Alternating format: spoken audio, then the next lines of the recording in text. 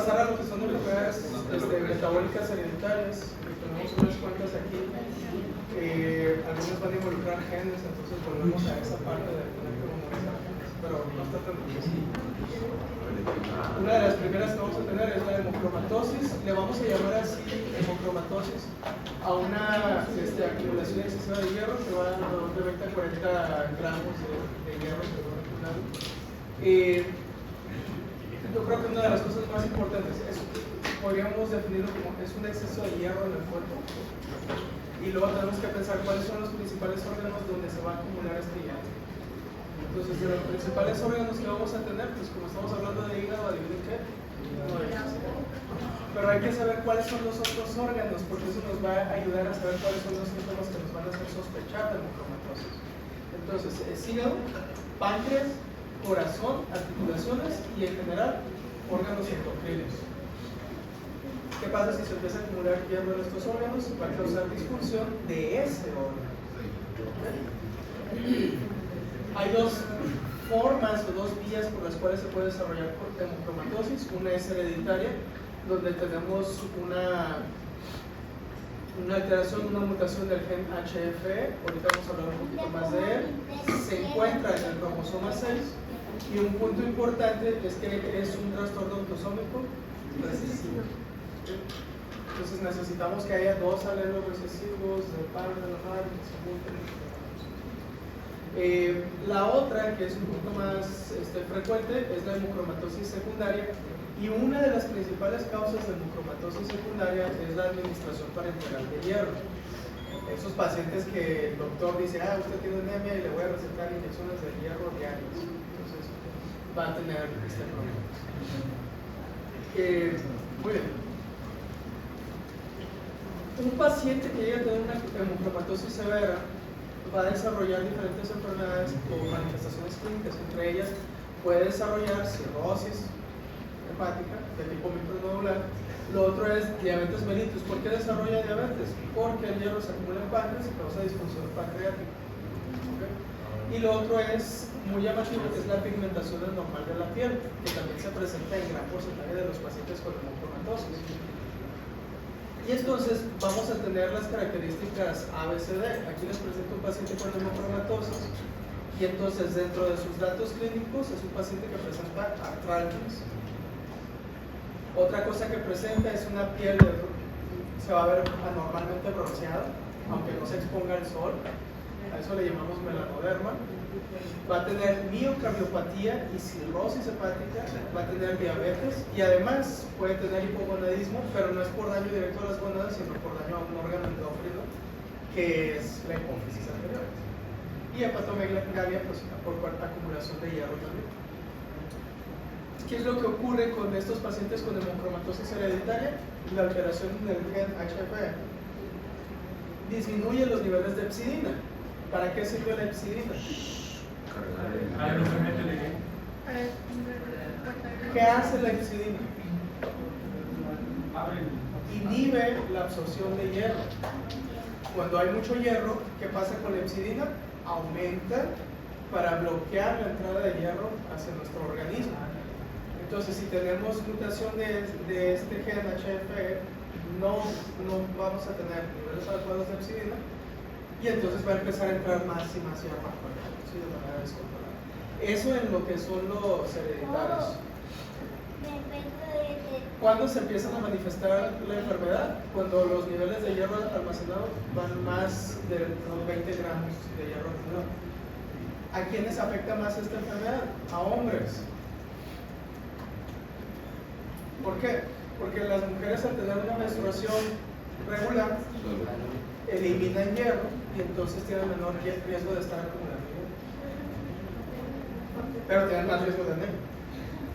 ¿Okay? Mecanismos que van a causar la enfermedad o que contribuyen a la enfermedad. El hierro es formador de radicales libres y los radicales libres van a inducir peroxidación de lípidos. Además, ya lo hablamos hace rato con los trastornos metabólicos, el hierro también va a inducir fibrosis. Entonces, por eso es que el paciente presenta cirrosis. Y igualmente, los radicales libres, especies reactivas de oxígeno que se producen por el hierro, pueden contribuir a daño al ADN y entonces los hace propensos a estos pacientes a carcinoma hepatocellular. Entonces, una pregunta, ¿tiene que ver algo la hipopigmentación de las cejas? La imagen anterior, no se ve el caso. no sé, fíjate. No tengo idea. ¿Qué tiene que ver la mano? Ah, está exponiendo la mano para que se vea la coloración también de los manos. Ay, no, ya estaba saludando. De hecho, lo saqué de una revista de moda. Ya ven que los modelos hacen poses, ¿no? Muy bien. Este es un cuadrito que les engloba todas las disfunciones que puede tener el paciente. Entonces tenemos desde fatiga crónica, hipopitialismo, alteraciones de la contracción cardíaca y falla cardíaca, que por ahorita les voy a enseñar. Diabetes por acumulación de hierro en páncreas, melanoderma, hepatomegalia, cirrosis, carcinoma hepatocelular, uñas blanquecinas, coilomiquia o uñas planas. ¿Ya vieron eso en introducción a la clínica, no? ¿No han llegado a la piel? Sí. Tuve un montón de fotos y busqué coilomiquia y en el Bates que agarré, que ya estaba viejito, no venía. No sé por qué. Y artritis, que es dolor en las articulaciones.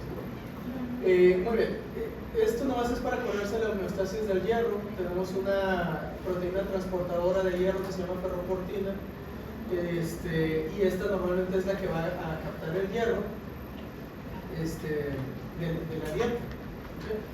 Y hace que entre el hierro, no me acuerdo si era el hierro ferroso, que es el más que puedo observar, y lo va a pasar a la circulación sanguínea. Entonces, cuando tenemos demasiado hierro, ¿qué va a pasar? Se induce la producción de una proteína especial que se llama epsidina. Esta epsidina viene y bloquea el transportador de hierro o la ferroportina. Y entonces así ya no tenemos más hierro que está entrando. Hay otras fuentes de hierro que son los macrófagos en la médula ósea y en el vaso. ¿Por qué tienen hierro estos macrófagos de la médula ósea del vaso? Bueno, por la fagocitosis de eritrocitos y la acumulación de ellos. Ya sea cual sea, ya sea de un macrófago o de un enterocito, si se fijan, ambos tienen este transportador de hierro que se llama ferroportina.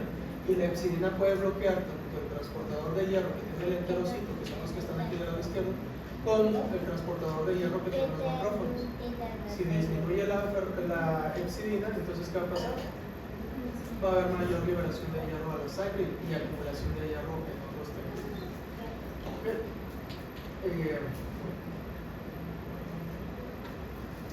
Esto tiene que ver con los genes que están asociados, y por aquí está HEF, y bueno, tiene que ver con el receptor de transferrina. Cuando el receptor de transferrina se une a este receptor cuando el transferrina se une al receptor TMPR1, induce una señalización que al final de cuentas nos va a hacer que produzcamos epsidina.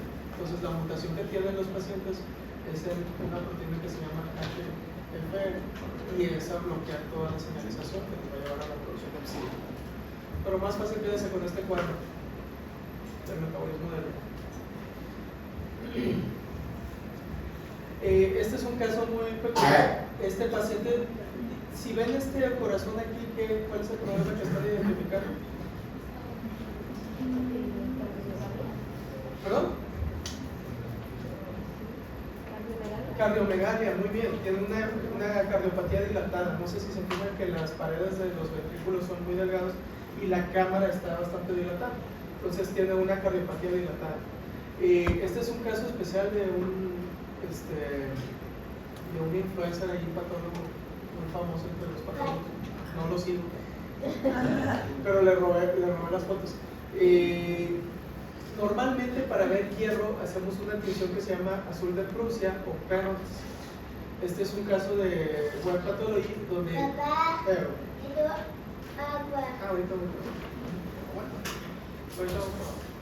Este es un hígado, y si se fijan, todo lo que está azul es hierro, con la tinción de azul de Prusia.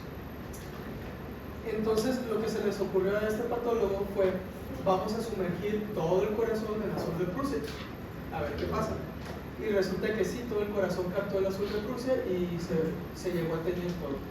Esta foto de abajo también es de él. Estos son los cardiomiocitos. Si se fijan, también están con acúmulo de hierro. Entonces, ¿qué pasa con el cardiomiocito? Acumula hierro, se disminuye la función contráctil del cardiomiocito y se va dilatando. El otro problema que va a tener, además de la alteración de la función, es que el hierro, ya lo dijimos, induce la producción de radicales libres. Entonces, dos mecanismos de daño allí para el corazón. Otra enfermedad metabólica, esta se llama enfermedad de Wilson. Esta no es por hierro, esta es por cobre. Está causada, bueno, si se fijan, también es un trastorno glucémico recesivo. El gen que está alterado es el gen ATP7B. Tiene que ver con la excreción del cobre en lo que es lo que se excreta hacia la bilis, que es como lo desechamos, ¿no? Entonces afecta directamente al hígado. Y lo que vamos a ver en el paciente es que va a haber una acumulación de niveles también tóxicos de cobre en los tejidos. Para tener en consideración cuáles son los órganos que principalmente afectan: hígado, cerebro y ojos. Entonces es muy importante ahí tener en consideración.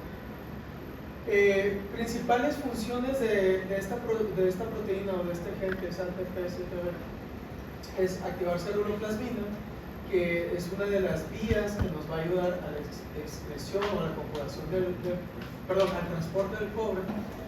Así como tenemos ferritina, la ceruloplasmina es el transportador del cobre en sangre, y lo otro es ayudar a que el cobre se excrete a través del canalículo biliar. Aquí tenemos esa proteína, y bueno, aquí representa el canalículo biliar y la excreción del cobre en el hepatocito. Entonces tenemos esas dos vías. No hay una adecuada transportación de cobre unido a la ceruloplasmina. Tenemos cobre libre en sangre, y este cobre libre en sangre es fácil que se acumule en los órganos que ya mencionamos. Y lo otro es que, como no se está excretando suficiente cobre, pues los niveles van a aumentar. Tenemos muchos trastornos que se pueden llegar a presentar. Yo les recomiendo que se queden con los que dijimos inicialmente: hígado, cerebro y ojos, para que no batallen tanto con el resto, pero se los pongo por si tienen curiosidad. Entonces, el cerebro pues va a causar muchas alteraciones, desde el comportamiento hasta alteraciones funcionales como trastornos del movimiento, etcétera, dependiendo de qué región del cerebro estemos hablando. Una muy característica es la acumulación de cobre en el ojo, y que nos va a causar los anillos de Kaiser-Flesch. Ahorita se los voy a poner para que los puedan ver. Y bueno, otras cosas que pueden causar: osteoporosis, coloncarcinosis, etcétera, arritmias también y cardiomopatía, se acumula en cierta proporción allí. Y el hígado pues nos va a causar principalmente hepatitis, cirrosis, y bueno, esta puede ser compensada o descompensada. Igual para la enfermedad de Wilson tenemos una ABCD. Entonces es asterixis, que son temblores anormales, degeneración de ganglios basales, y si tenemos degeneración de los ganglios basales vamos a tener alteración en el movimiento, ¿sí? Entonces, como Parkinson. Entonces se ve esto principalmente en jóvenes, ¿no? Los niveles de ceruloplasmina, que son niveles de esta proteína que transporta cobre en sangre, los pudieran mandar a pedir si tienen sospecha, y en muchos laboratorios se puede hacer. Aquí creo que no, se manda a México, pero bueno. Cirrosis, va a haber niveles de cobre libre elevados. Y lo otro que les había dicho, depósitos corneales que se ven como el anillo de Kaiser-Flesch, es esta zona de aquí, que no sé si notan que tiene un color más cobrizo, porque es cobre. ¿Vale? Entonces, bueno. Y demencia, que tiene que ver con afectación al cerebro. Entonces, principales órganos afectados: hígado, cerebro, ojos, para que no batallen. Y articulación. ¿Perdón? Y articulación. Bueno, todo lo demás también, articulaciones, corazón, etcétera, que se parecen mucho al hierro. Pero para que lo puedan distinguir, principalmente los trastornos de cerebro los podrían orientar. Alteraciones del comportamiento, alteraciones de la marcha, etc. Hay una tinción especial para ver cobre en el hígado, se llama rodalina. Nunca lo usamos. Es más fácil que ustedes vean niveles de ceruloplasmina y cobre en sangre. Y si hacemos una biopsia, pues vemos un hígado graso con inflamación, porque el cobre al estar libre, al no estar unido en proteínas, también es oxidante e induce la producción de radicales libres.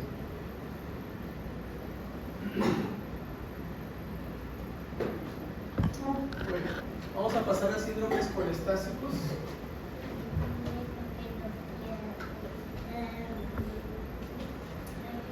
Que es la acumulación de bilirrubina en la vía biliar, ¿okay? O en el hepatocito.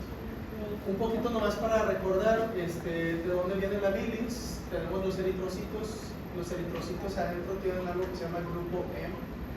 El grupo M, al ser destruido, va a transformarse en biliverdina. Esa biliverdina posteriormente se transforma en bilirrubina no conjugada, o también le llamamos bilirrubina indirecta. Esa viaja en la sangre y llega al hígado, donde tenemos una enzima que se llama glucuroniltransferasa, que metaboliza la bilirrubina y la transforma de bilirrubina indirecta a bilirrubina directa. Una vez que ya fue metabolizada, esta bilirrubina es soluble en agua y es posible que la excretemos, perdón, se va a acumular en la bilis y es posible que la excretemos en las heces. Siempre es soluble en agua. En caso de que no se llegue a conjugar, ¿qué va a pasar con la bilirrubina no conjugada? Se puede llegar a acumular en tejidos y causar disfunción de los órganos. Órganos que principalmente se van a ver afectados es el cerebro, principalmente los ganglios basales también están por eso. La acumulación o un exceso de bilirrubina en el cerebro, principalmente a nivel de ganglios basales, nos va a causar una enfermedad que se llama kerníterus, que afecta principalmente a bebés. En el adulto ya como que necesitaríamos una elevación demasiado exagerada y normalmente llegan antes de eso. Una causa no sería un litis en el conducto pulmonar. Un lito que esté obstruyendo nos va a causar obstrucción de la salida de bilis, pero ¿cuál va a ser la bilis que va a aumentar el sangre? La conjugada. No, y entonces de ahí todavía se sale, o sea, ¿cómo es que se sale a la sangre? O sea, es porque dice, tengo mucho líquido aquí, entonces por... Si hay un exceso, va a salir. Okay. O se satura el hepatocito y ya no puede meter más y entonces va a... O sea, normal no debería de haber ni siquiera bilirrubina conjugada en sangre, ¿no? No, sí. Vamos a tener una cantidad pequeña. De conjugada y no conjugada. Por reabsorción en el intestino. En la vesícula. No, por la que está produciendo el hepatocito. En la vesícula existen las dos, pero hay una de conjugadas más. La que va a haber más es la conjugada, que es la que nos va a servir también para lo que es la bilis y la emulsificación de las grasas. Bueno, no la absorbemos, realmente la bilis luego se transforma en el intestino, se metaboliza, una sustancia de metabolismo, y lo que nos va a causar es la pigmentación de las heces. De hecho, una de las cosas que podemos ver es que si un paciente tiene obstrucción de un litro y no sale la bilis, las heces salen pálidas, inclusive se pueden ver blancas o grisáceas. Entonces, la coloración típicamente viene principalmente de la bilis, a menos que coman betabel y ya sale de otro color, o no sé, o mucha hoja verde y salga. Ustedes ya sabrán. ¿Y entonces cómo es que termina la conjugada en la sangre? Porque se va acumulando y se libera la sangre. No, sí, pero o sea, en condiciones normales. Igual, se libera un porcentaje de la sangre. Solamente que ese porcentaje va a aumentar mucho si estamos obstruyendo. Bueno, ¿de dónde viene la mayor producción de bilis? De la destrucción de los glóbulos rojos en el vaso, hígado y médula ósea. Y el resto pues viene de un recambio de algunas proteínas que hay en el hígado. El principal dato característico de un síndrome o de una enfermedad colestásica va a ser la elevación de bilirrubinas, y la manifestación que vamos a tener de esto es ictericia. Entonces, normalmente los algoritmos nos van a decir si se presenta un paciente con ictericia, una de las primeras cosas que tenemos que hacer es definir si la bilirrubina que está causando esa ictericia es conjugada o no conjugada. Y entonces, si la principal fuente de la bilirrubina es bilirrubina no conjugada, vamos a pensar en dos principales, uno es hemólisis y el otro es el síndrome de Gilbert, que ahorita vamos a hablar de él un poquito más adelante.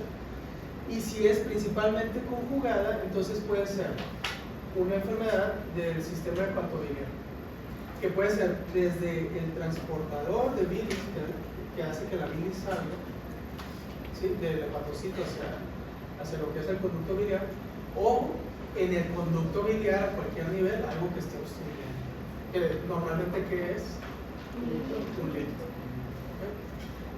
Entonces, para valorar eso, lo que tenemos que hacer es un ultrasonido, buscar litos. ¿Sí? Si tenemos la vía biliar de manera normal, entonces es una enfermedad hepatocelular, algo como medicamentos que alteren este transportador de bilis hacia el canalículo biliar, alcohol, virus, enfermedades autoinmunes, hemocromatosis, enfermedad de Wilson, etc. Si hay un lito, pues ya tenemos, ya descubrimos la causa, y lo que tenemos que hacer es ver dónde se encuentra el lito y si el lito es mayor o menor del tamaño suficiente para que pueda salir. Si el lito es muy grande, pues lo que se tiene que hacer es una colangiopancreatografía retrógrada endoscópica, la CEPRA, para entrar y destruir el lito y abrir la vía normal. Y en cuanto a las causas, pues aquí tenemos algunas, y en el libro del Robis también vienen otras causas de esto. Acuérdense de que hay ictericia neonatal, porque el retículo endoplásmico liso del recién nacido no está totalmente maduro, no tiene sus sistemas maduros todavía, y entonces es normal que haya cierto nivel de amarillento en un bebé, pero debería de pasar con el paso de los días. Y ahora vamos con otras enfermedades que son enfermedades hereditarias. Tenemos dos, uno es el síndrome de Gilbert y el otro es el síndrome de Dubin-Johnson. ¿Okay? En cuanto al síndrome de Gilbert, es un problema hereditario que lo vamos a ver como una... Aquí quédense bien con esto para que no lo confundan con el Dubin-Johnson. Es una hiperbilirubinemia no conjugada. ¿Okay? Entonces, si no está conjugada, ¿qué es lo más probable que esté siendo afectado? ¿Cuál es la proteína que lo conjuga? Glucuroniltransferasa. Entonces, lo que vamos a ver es que hay unos disminución en los niveles o disminución en la función de qué proteína o qué enzima, glucuroniltransferasa. ¿Okay? Principalmente puede ser por una mutación en UGT1A1, que es uno de los genes para la glucuroniltransferasa. Si solo hay disminución, es síndrome de Gilbert. Si la deficiencia es severa de esta glucuroniltransferasa, entonces es el síndrome de Crigler-Najjar, que de hecho lo podemos dividir en tipo 1 y tipo 2. ¿Okay? Si se fijan, estos tres son parecidos porque los tres afectan glucuroniltransferasa, solamente que de diferentes maneras. Y Crigler-Najjar tipo 1 hay ausencia total de glucuroniltransferasa. Tipo 2, deficiencia parcial. Y síndrome de Gilbert es una deficiencia leve. Entonces, de esas tres, ¿cuál es la más grave? Crigler-Najjar tipo 1. ¿Cómo va a estar las pruebas de función hepática en cualquiera de ellas? Normales. Y ahora sí, ¿cómo va a estar la bilirrubina total? Muy aumentada, más o menos aumentada, ligeramente aumentada. ¿Okay? ¿Cuáles representan un problema importante para el bebé? El tipo 1. Ese es donde va a propiciar mayor acumulación de bilirrubina no conjugada en los ganglios basales, y entonces nos va a causar una enfermedad que le llamamos Kernicter. Estos bebés que nacen con estos síndromes tienen que estar en cámaras de bronceado. Y entonces hay una vía metabólica de la piel que, inducida por ciertas ondas de luz, induce conjugación de la bilirrubina no conjugada en la piel. Entonces, estos bebés cuando nacen y se detecta que los niveles de bilirrubina están elevadísimos, se les ponen sus lentes de bronceado y se les deja acostaditos ahí en la cámara de bronceado. Wow, qué padre. Muy bien, la otra enfermedad es el síndrome de Dubin-Johnson, es autosómico recesivo. Y ahora, ¿cuál es la proteína afectada? La glucuroniltransferasa, es la proteína de transporte de bilirrubina en el canalículo biliar, que es MRP2.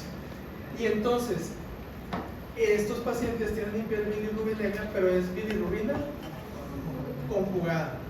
Entonces es diferente a Crigler-Najjar o Gilbert. Una de las cosas que puede ocurrir es que van a tener hiperpigmentación hepática. Allí tenemos el hígado de un paciente con síndrome de Johnson. Y además pueden tener elevación de algunos otros metabolitos. Esto realmente no estoy seguro por qué. En general estos pacientes no van a tener mucha afectación. Lo que sí van a tener manifestaciones es que van a estar eliminando pues bilirrubinas a través de la orina, ¿sí? Van a tener ictericia, pero como es bilirrubina conjugada ya no va a causar toxicidad de ganglios basales, entonces no tienen ese riesgo adyacente. Y otra causa que es muchísimo más común de ictericia es la obstrucción del árbol biliar. ¿Okay? Lo más común que va a obstruir el tracto biliar va a ser un litio. Pero acuérdense que también tenemos tumores que pueden causar obstrucción del tracto biliar y son tumores del tracto biliar que les llamamos colangiocarcinomas o son tumores de la cabeza de Alzheimer. ¿Okay? Entonces hay que buscarlo, ¿sí? Por eso el ultrasonido puede servir. Y si no encontramos litos y ya descartamos todo, inclusive podríamos hacer una tinción por medio de contraste para ver cómo está la vía biliar. Pero con el CEPRE casi siempre se encuentran los problemas. En niños pues puede ser un problema de nacimiento, una atresia biliar, una fibrosis quística o quistes en el conducto colédoco que estamos obstruyendo. También allí se puede involucrar, muy asociado a litos, una colangitis ascendente. Y ya lo habíamos dicho, de colangitis ascendente son coliformes, que es E. coli, Klebsiella, principalmente E. coli, que fueron los otros.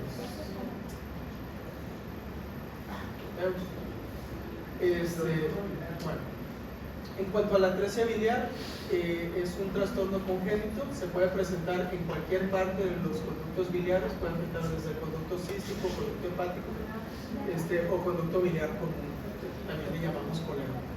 No me voy a meter mucho más a eso. Vamos a seguir avanzando a cosas más. Yo creo que ya. No. Muy bien. Vamos a pasar a vamos a olvidar lo que son trastornos genéticos, etcétera, y vamos a pasar a dos trastornos de la vía biliar que pueden afectar tanto la vía biliar intrahepática como la vía biliar extrahepática, y que en algún momento pudieran llegar a causar alteraciones que se manifiesten como ictericia, ¿okay? Por el simple hecho de que se está afectando la vía biliar. Tenemos dos, una es la colangitis biliar primaria y la otra es la colangitis esclerosante primaria. ¿Okay? Ahora, la colangitis biliar primaria es una enfermedad autoinmune. Aquí la tenemos, es la que está en esta columna. Y entonces, por el simple hecho de decir que estamos hablando de una enfermedad autoinmune, ¿cuál va a ser la población en mayor riesgo? Entonces, quédense con eso un poquito. Va a causar destrucción de los conductos biliares intrahepáticos, principalmente de pequeño y mediano tamaño, porque vamos a hablar de biopsia. Y por el otro lado tenemos lo que es la colangitis esclerosante primaria, donde, como su nombre lo dice, va a haber fibrosis de la vía biliar y se van a estar perdiendo los canalículos biliares de la vía intrahepática, pero también afecta a la vía extrahepática. Entonces ahí tenemos las dos primeras diferencias. Si se fijan en la tabla comparativa, que es muy buena para lo que es írselo aprendiendo, la CVP o colangitis biliar primaria afecta principalmente a mujeres, edad media. La colangitis esclerosante primaria afecta principalmente a hombres alrededor de los 30 años, o hombres más jóvenes. Y aquí viene una parte muy importante. Fíjense cómo hay condiciones asociadas que son autoinmunes a colangitis biliar primaria. Entonces tenemos síndrome de Sjögren, esclerodermia, y de enfermedad tiroidea, pues es tiroiditis crónica de Hashimoto. Y ahí lo pueden ir sumando en este programa. En cambio, la que es colangitis esclerosante primaria, que afecta a hombres, se asocia más a trastornos inflamatorios intestinales, principalmente enfermedad de Crohn o CUSI. Entonces, si tenemos un paciente con Crohn o CUSI, hombre, pues nos lleva más a lo que se llama colangitis esclerosante primaria. Ambos van a tener presencia de anticuerpos, entonces no me voy a meter allí, sino la clínica es donde quiero hacer énfasis. Los trastornos asociados, la edad de los pacientes y el sexo del paciente. Otra cosa muy importante, normalmente estos pacientes se les mete medio de contraste a través de todo el tracto biliar para ver cómo se ve el tracto biliar y si está afectado. En la colangitis esclerosante primaria, el tracto biliar va a tener una forma que le llamamos arrosariada. Como tiene fibrosis tanto de la vía intrahepática como de la extrahepática, la vía extrahepática va a presentar fibrosis de rosario. En la colangitis esclerosante primaria, como va a haber esclerosis salteada de la vía biliar, entonces vamos a ver que la vía biliar tiene constricciones y si tú pasas medio del contraste se va a ver zonas dilatadas y zonas estrechas, como si estuvieras viendo un rosario. ¿Qué es un rosario? Nunca han orado y pasado el rosario. Hecho los rezos, cuando rezas, los Aves María y todo esto, vas pasando una bolita y otra bolita y otra bolita.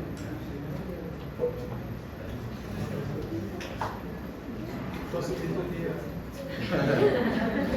Es que mi abuelita era católica y tenía una tía católica, entonces yo estaba... Ahí tienes que ir pasando una bolita por una bolita hasta que te acabe la cadena. Según entendí, te ayuda a ir contando, ¿no? Porque tienes que hacer cierta cantidad de repeticiones de una Ave María y era el único que me aprendí. Es que cuando morían familiares siempre hacían eso. Y yo estaba ahí de chismos. Sí. Muy bien. ¿En dónde lo ves todas las cosas? La forma rosaria es en la colangitis esclerosante. O bueno, ¿vieron Caballeros del Zodiaco? Sí.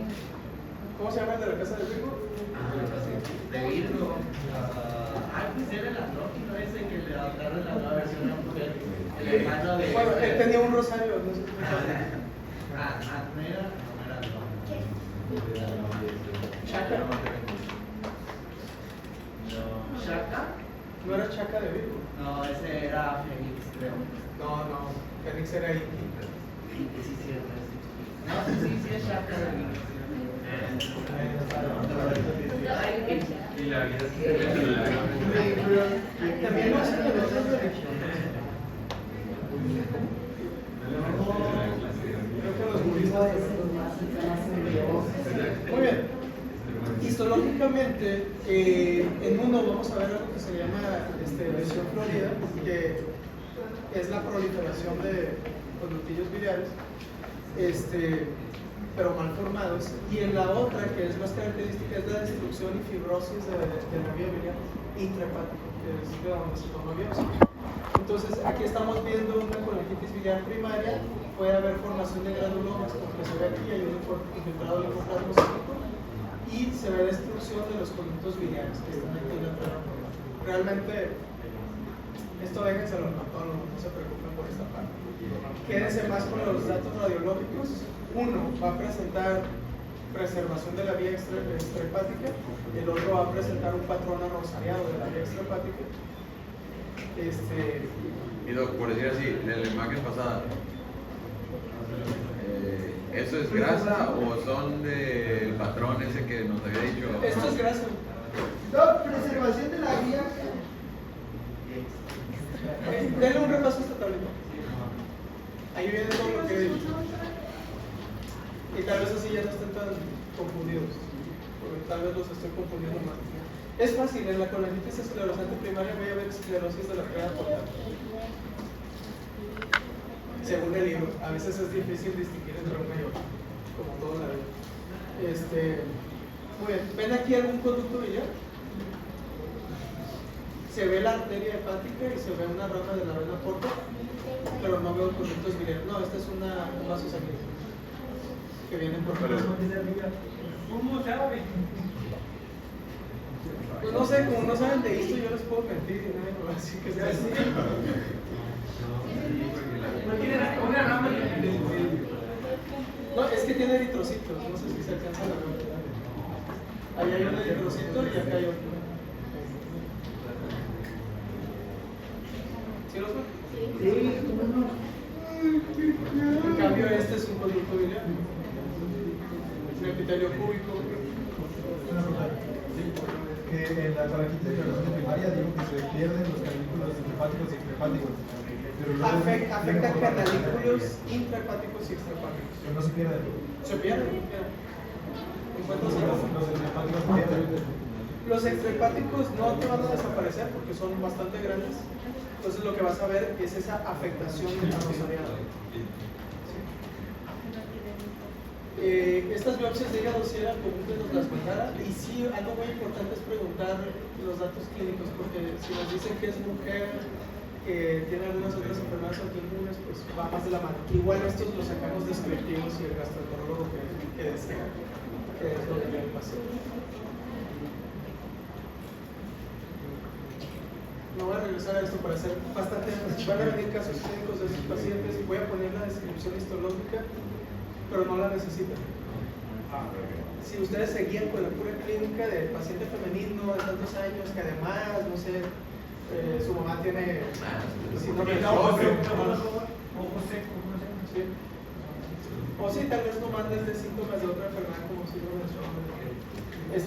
Y el otro, ¿cuál es un dato clínico que yo esperaría que acompañara a un hombre que tiene colitis esclerótica? Enfermedad crohnocústica. De hecho, cuando vemos la biopsia lo preguntamos al gastro, que es uno de los factores. ¿Ruso quién? Susi.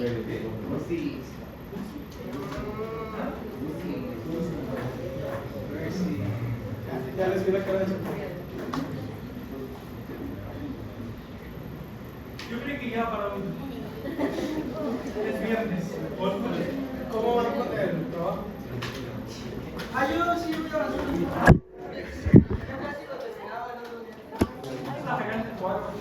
¿Cómo vamos de traer?